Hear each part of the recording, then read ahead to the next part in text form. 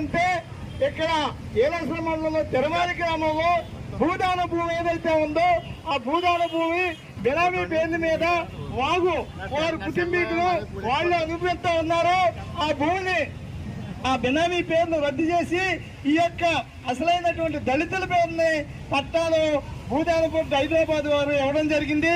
అది ఇప్పటికీ కూడా రికార్డుల్లో ఈ ఎంఆర్ఓ ఆఫీస్ వారు తొలగించలేదు.